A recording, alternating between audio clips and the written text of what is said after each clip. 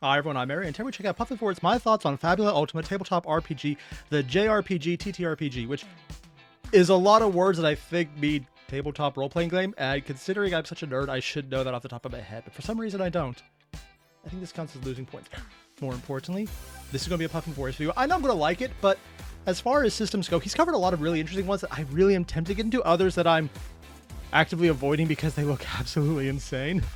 And then others I'm actively looking into because they look actively insane. I'm looking at you, Call of Cthulhu. I'm not sure which category you fall into, but you're definitely in at least two of them. Everyone, it's Ben again.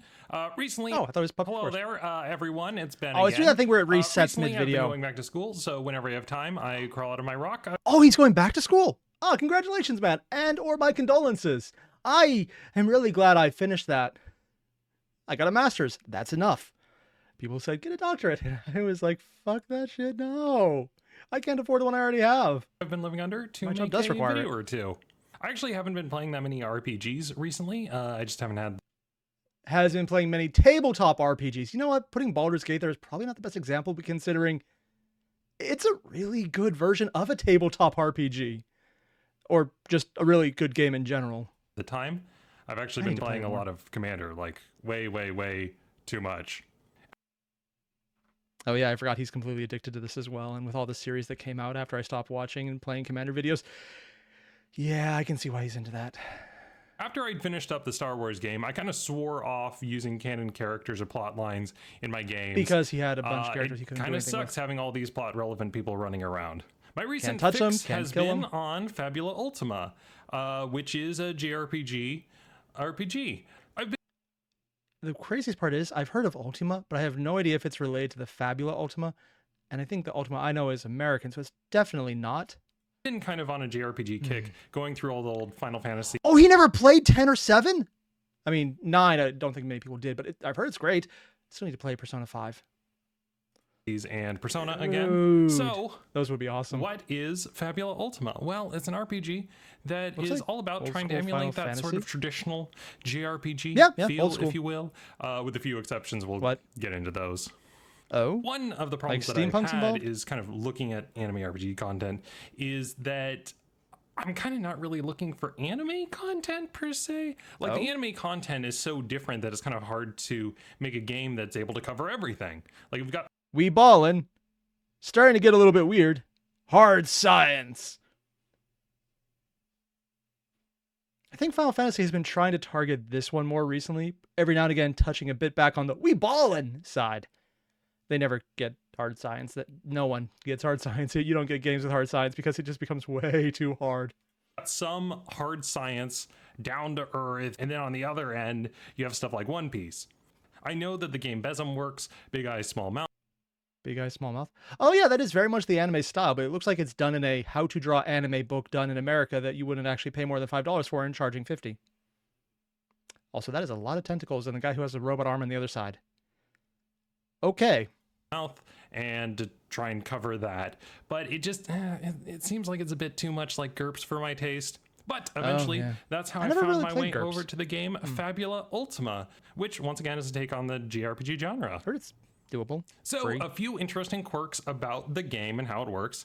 Number one is that all of the characters must multi-class. Right. All the characters start out at 5th level, and you pick at least 2 classes to mesh together. I'm sorry, he just said something that is absolutely fascinating to me. Because my favorite thing in any RPG is all the crazy combinations you can get by multi-classing. Because straight classing is fine. It works. I can't do it, man. It just hurts me. Something on an interior level that I don't even know I could feel pain on. To have something that simplistic. So the fact that you have to multi-class is probably the biggest bonus he could say to get me into this system. Whenever you level up, you pick a class and get an ability from that class. You can even put additional Elementalist, Arcanist, and Tropist? Ooh, like an Abilities section. And Wayfarer, which I have no idea how they would do that. Is it movement-based? Or like Rogue in other games? levels into that specific skill Arcanist is to probably specialize in it. magic. Another weird quirk is how rolling works. There's only 4 base stats and no skills. The 4 base stats are Might, Dex, Insight, and Willpower. Simplified? Where Willpower is kind of like your Charisma and Wisdom, whereas Insight is more of used for knowledge and inciting people, I guess you'd say. Each one is tied to a die. The weird quirk is that every roll that you make uses 2 stats. Sometimes it's the same one twice. Oh, so it's not so much what do you do, it's can you pull off bullshit with the dice you rolled with the combination you need.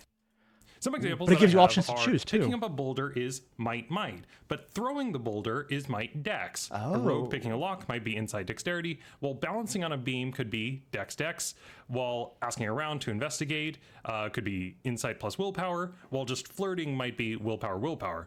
I find it Yeah, I give it that one. My willpower to actually try flirting. Yeah. Rolled a natural 20 to get my wife. actually kind of a pretty clever solution, because there's a lot of stuff in other RPGs that comes up like, well, you know, is climbing strength, is a dex, and it's like, like Both? just roll Yeah, them together. yeah, both. So that's how they're able to get the Whoa. 16 different rolls from just the 4 base. Oh, so the basic rolls based on everything they draw from is putting into their crafting performance. So basically, everything you get to do in D&D, but just trying to pick out which of the 4 basic ones works, which gives options because they can double up. Dice. So combat.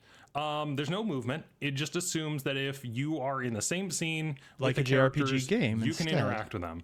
You only get Oh. 1 action per turn, and if you want to escape, you need to spend that action to escape. It also uses clocks, which are pretty cool in combat, Clocks? where you have some mechanic or thing that's ticking up that the players need to commit actions. Wait, are they talking about actual countdowns, like giving a physical sanddial clock?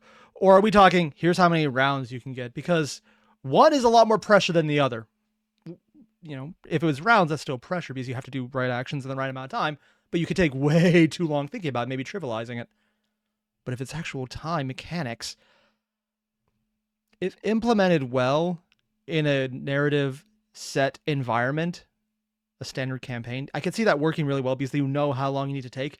But that actually sounds way harder to homebrew because the DM or GM or whatever they're calling it in this system would need to know exactly how long it takes to solve their puzzle, as opposed to just giving a puzzle out and seeing how many hints you need to give to get them through it.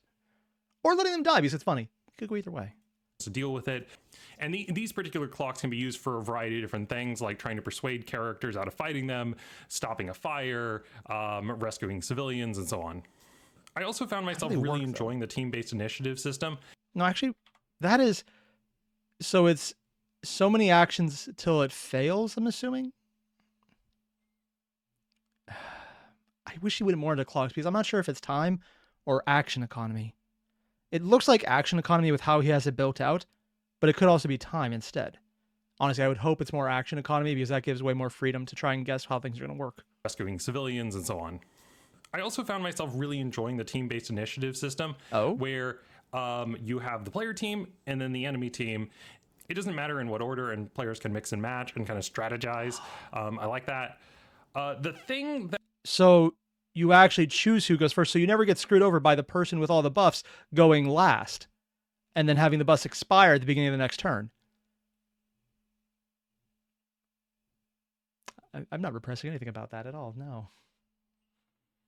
That I like about it, that is going to be very blasphemous, but this is how I feel, no D20s? Is that it pays homage to JRPGs without being too referential. I'll give you a few examples. So no random First thing that might surprise people is that your stats never go up as you level up. Oh! Which at first I was like, well, that...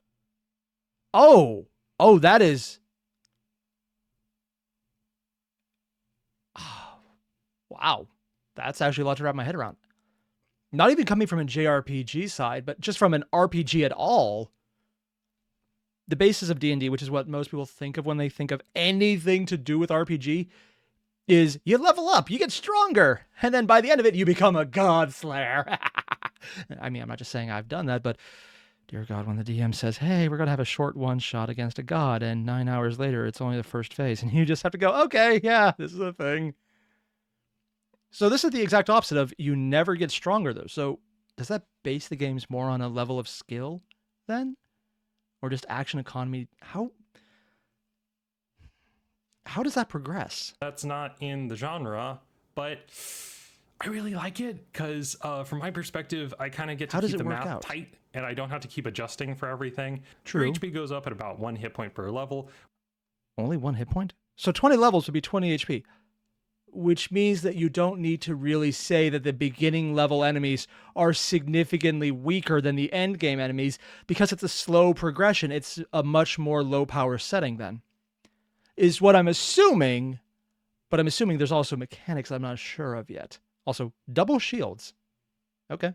Which is, Tonberry. It's fine for me. I'm not the biggest fan of HP bloat in some other games. Yeah. The other weird thing is with items.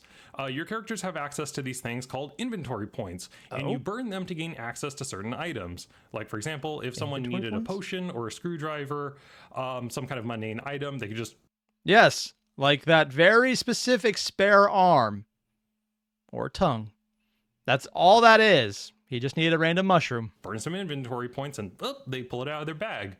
Or, like, for example, let's say your character wanted to be like, I pull out some chloroform, and the other players are like, wait a second, you can't just pull out chloroform from your bag. And the GM goes, it does seem like it is in the rules since they allow you to pull out potions and whatnot. And what is chloroform except the opposite of a remedy? I guess it'll cost you 3 inventory points. And they're like, well, that's not even how chloroform works. You can't just cover it in a rag and use it on someone's mouth like that in the movies. And then the player goes, hey, Ben, can I pull out a vial of some substance that I have invented and refer to it in this world as chloroform, which works exactly as it does in the movies? And in other words, this is way more permissive with the DM allowance.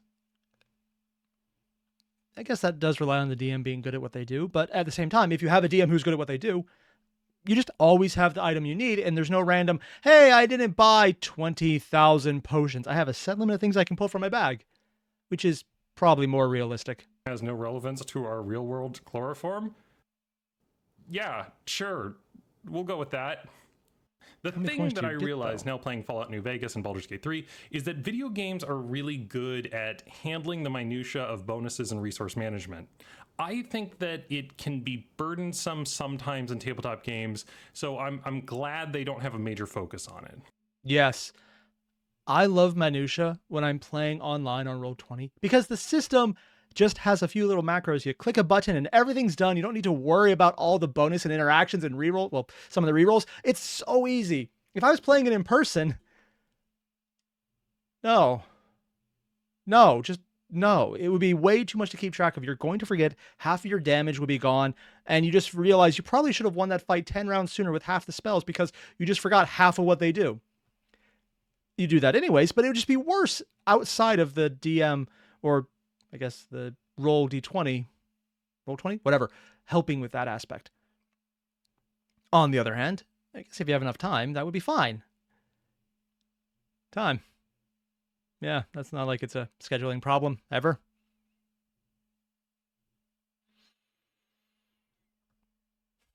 I'm not repressing any thoughts about how I've not actually had more than one game in the last year of D&D, because that's the only time I could find in literally the last year. No. Wow, this just became a lot darker than I was expecting. Just rubbing that in my face there, Ben. The interesting thing is that the game is very light, and I think it's trying to appeal more to the younger kids and be more approachable. But the flip side of that is that if you are playing and you have a group that prefer crunchier systems, they may not enjoy it as much. So it's an intro system because it gets you into it. There are a few other interesting quirks that came up in our game.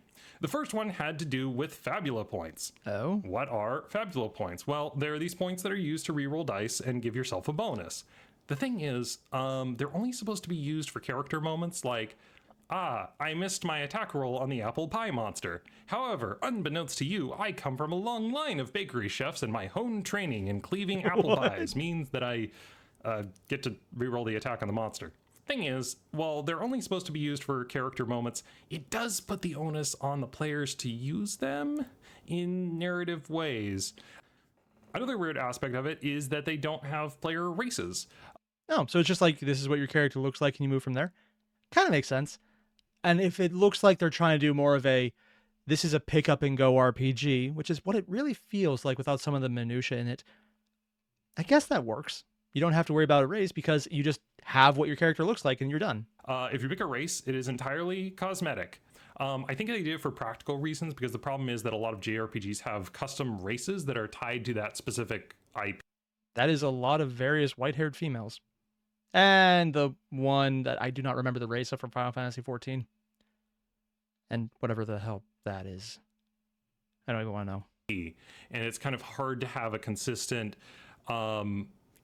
set of races that would apply to many different ones in the sphere.